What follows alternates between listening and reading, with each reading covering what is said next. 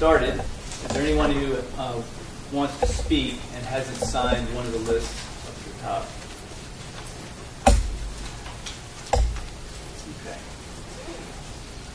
Okay. So we're here tonight on behalf of the Virginia Department of Environmental Quality. My name is James Kyle, and I'm the Air Permit Manager in the Piedmont Regional Office. As you know, the Environmental Protection Agency has issued a final plan known as a Section 111D plan to cut greenhouse gases from existing power plants that generate electricity from fossil fuels. EPA published its final rules for the plan on August 3rd, 2015. Here in Virginia, we're looking at the final rule and trying to determine what the best approach should be. We're now asking for your input on how DEQ should frame the 111D plan in Virginia. This is not a formal public hearing, and there will be no staff presentation. This listening session is a chance for you to give us your ideas on how we should address EPA's greenhouse gas plan. This meeting is being recorded, but if you have written comments you wish to submit, I'll take those after you speak. Since we have a fair number of speakers this afternoon, we ask that you please limit your comments to 3 minutes. We will signal you when you have 1 minute left.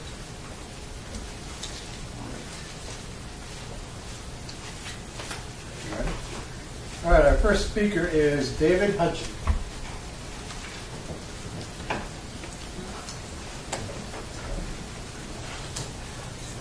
If you come over there so you can address the audience. Sure. Thank you. My name is David Hudgens, Old Dominion Electric Cooperative. We have continually had dialogue with DEQ, the EPA, concerning our concerns with clean power plant. Co-ops are different from IOUs. We don't have stockholders, we have member owners, and these costs fall directly to the bottom line. We serve mostly rural areas in Virginia, Maryland, and Delaware. These areas are already impacted by a bad economy. We have some co-ops that have 50% delinquency rate on electricity bills today. So when you're talking about the 111D rule, probably it would be one of the most costly rules ever promulgated by the EPA. It has caused us great heartache of how we're going to implement this on a populace that simply cannot afford it. We have a very high percentage of retired people on fixed incomes. So, I mean, that's kind of the broad context of, why we're here is, cost, and then it's called reliability. The 111D rule is simply bad public policy. It should not be implemented as it is presently constructed. And if we could strike it from the docket, we would. We've got a plan for it because it could eventually come to pass as the multiple states sue on all different kinds of aspects of legality of what the EPA has done using the 111D rule. Clean power plan, it's never designed this kind of regulatory regime. It's never, in the Clean Air Act, it was never designed to regulate carbon. But anyway, that's going to, play itself out in the courts over the next several years as multiple parties will be litigating that heavily. But we had a plan for it, because at the end of the day, what we think, and it doesn't make any difference because it could be implemented. So how do we, as a state, how do we, as an industry, end up implementing this rule? And the point that I want to make is rural is different from urban. I mean, we only hit 7 connects per mile last year in Virginia. The Dominion, for instance, has about 40, 45. So any cost to get to spread over a much larger base. But the wires cost the same, telephone costs, power poles cost the same, and that cost gets spread over only 7 people. So we're talking about a rule that is going to be tremendously costly immediately. If you can't meet this rule, then you're going to have to close plants, coal plants especially. Well, we just put $450 million in Clover about 4 years ago. We closed the plant. That cost still goes forward like a mortgage on your house. You know, it's mortgaged, it's got bonds on it, and that's not including the cost of the plant itself that's spread over 40 years. So we're going to have to continue making those payments, which gets passed on to our member owners. We've got to buy interim power because we haven't planned for it. And then we've got to build new power. So for people who say that the clean power plant doesn't have an impact, do not believe it. This is going to be one of the most costly rules. So when I stand up here and we talked about this with DEQ ad nauseum, because we've done this several times, it's that reliability section that comes in on top of the cost. You know, how do you have reliable electricity if you're shutting down your baseload plants? And we get standardized on gas, for instance, which the Sierra Club has stated they have a Beyond Gas campaign. How do you run? In the middle of the night, on weekends, etc., everybody thinks the switch works. But the switch works because we spent 100 years perfecting how the switch works. And what is being proposed that, you know, wind and solar are going to be the panacea, do not believe it. Look at, all you have to do is look at Germany. Germany today is at 39 cents a kilowatt as we speak. Just announced 26 new coal plants. Because wind and solar cannot provide. Their companies will move out of the country. They're big industrials, which then causes unemployment. Japan is switched back to coal.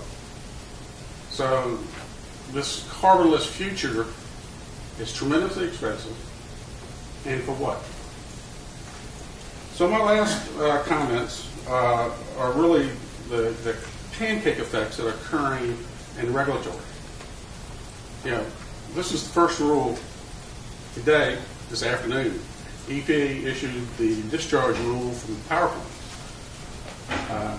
And the remarkable thing about that rule, which I have a copy of it here, concerns mercury. The discharge of mercury, you can drink the water because it's below the EPA limits for mercury in drinking water, but you can't discharge it in the river. We are dumbfounded how you meet those kind of standards and how much it's going to cost. That's one rule. Then you have the NATS rule. Then you have the ozone rule. Then you got the CASPER rule. Every one of these rules are going to, and none of them have been implemented by them. None of them. Nobody knows what the effect's going to be as they pancake on top of each other. On our personal electricity bill, what do they do at our companies if they're trying to compete in a world environment? About 30 minutes up? Yeah. Your time is up. Thank you. And folks, I'll remind you, please take a look. Keep me in mind because I'll tell you when you're coming up to 1 minute. We do need to make sure everybody gets their time to speak. I promise to stay. Sam Brumberg. I promise to stay within the time. Sam, you knew you were next. My name is Sam Brumberg. I work for the Trade Association for the Electric Cooperatives. David generates the electrons and transmits them, and my clients distribute them to rural homes and businesses. As David explained, you know, I'm here to tell you the story of the guy who can't be here tonight because he's worked a really long shift and he cannot drive out here. He doesn't even live in this county. He lives out in rural Virginia, and he and his family work hard to put food on the table and pay the bills. I'm here to represent him tonight, and the electric cooperatives serve over 1.5 million Virginians. There is no one other than the members to recover these environmental compliance costs from. I'm not against clean air and clean water, and I'm not here to preach and politicize this, but I am here to tell you that there is no doubt that this rule will cause electric rates to rise. There is no doubt. The question is how much. I've refined my estimates since the last meeting. I think we're talking now 20% on the low end, possibly as high as 40% or more. But these communities, these rural communities, are already vulnerable. David mentioned a delinquency rate of 50% on electric bills. I've met these families. These hard choices are being made today. Food, medicine, electricity. I'm sympathetic to the environmental causes, but my job is to represent the guy who has trouble paying his light bill. And that trouble exists for us today, not in the regulatory environment that David alluded to earlier. We're also concerned about reliability. The final rule proposes a safety valve that does not go far enough to ensure reliability, especially when it will idle perfectly good coal plants which would be unable to generate on an economic basis as opposed to an environmental one, even in times of drastic need. We urge the DEQ to consult closely with other agencies, especially the State Corporation Commission, to understand what is technically feasible and physically possible. Look, we all want clean air and clean water, without a doubt. I'm not standing here to call for more pollution, but I'm urging Virginia, as you implement this, do not turn electricity into a luxury item. The interests of Virginia's electric cooperative member owners demand that we provide them with affordable, reliable, and safe electricity at the lowest reasonable cost. And again, we urge you not to allow the federal government to turn electricity into a luxury item. We want the lights to stay on for rural Virginia and the families there. Thank you. See, time to spare. Very good.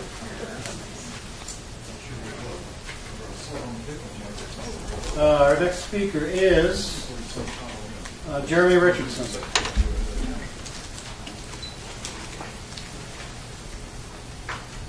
Thanks, everybody. My name is Jeremy Richardson, and I'm a senior energy analyst at the Union of Concerned Scientists. I have a unique perspective on reducing greenhouse gas emissions from the burning of fossil fuels. As a scientist, I understand the urgency to reduce greenhouse gas emissions to protect the planet's climate. And as the brother, son, and grandson of West Virginia coal miners, the question of how we go about tackling climate change is deeply personal to me. First, on behalf of our more than 450,000 supporters around the country, I want to say that we strongly support the EPA's efforts to limit carbon emissions from fossil fuel-fired power plants. And simultaneously, I want to emphasize the need for special consideration for the families and communities that may be facing the negative consequences of the transition to a cleaner and low-carbon energy system.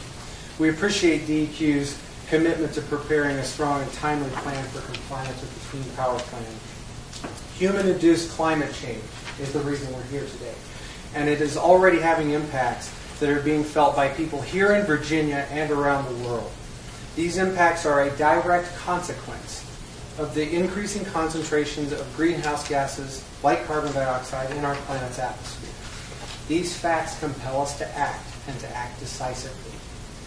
Renewables such as wind and solar emit no carbon and are already delivering safe, reliable, and affordable power to consumers. They help states diversify their electricity mix, improve public health, strengthen state and local economies, and reduce the risks of an over-reliance on natural gas. For example, the cost of rooftop solar is already equal to retail electricity rates in 14 states today. And this number could more than double over the next year as the costs of solar continue to fall, according to a recent study by Deutsche Bank. Virginia is lagging behind its neighboring states in solar development and currently ranks 31st in the nation in installed solar capacity. Meanwhile, the cost of wind power has dropped 43% in the last 4 years and is now competitive with power from new fossil fuel plants in some regions of the country. Multiple market factors are making coal-fired power too expensive relative to other cheaper, less polluting options like natural gas, renewable energy, and energy efficiency.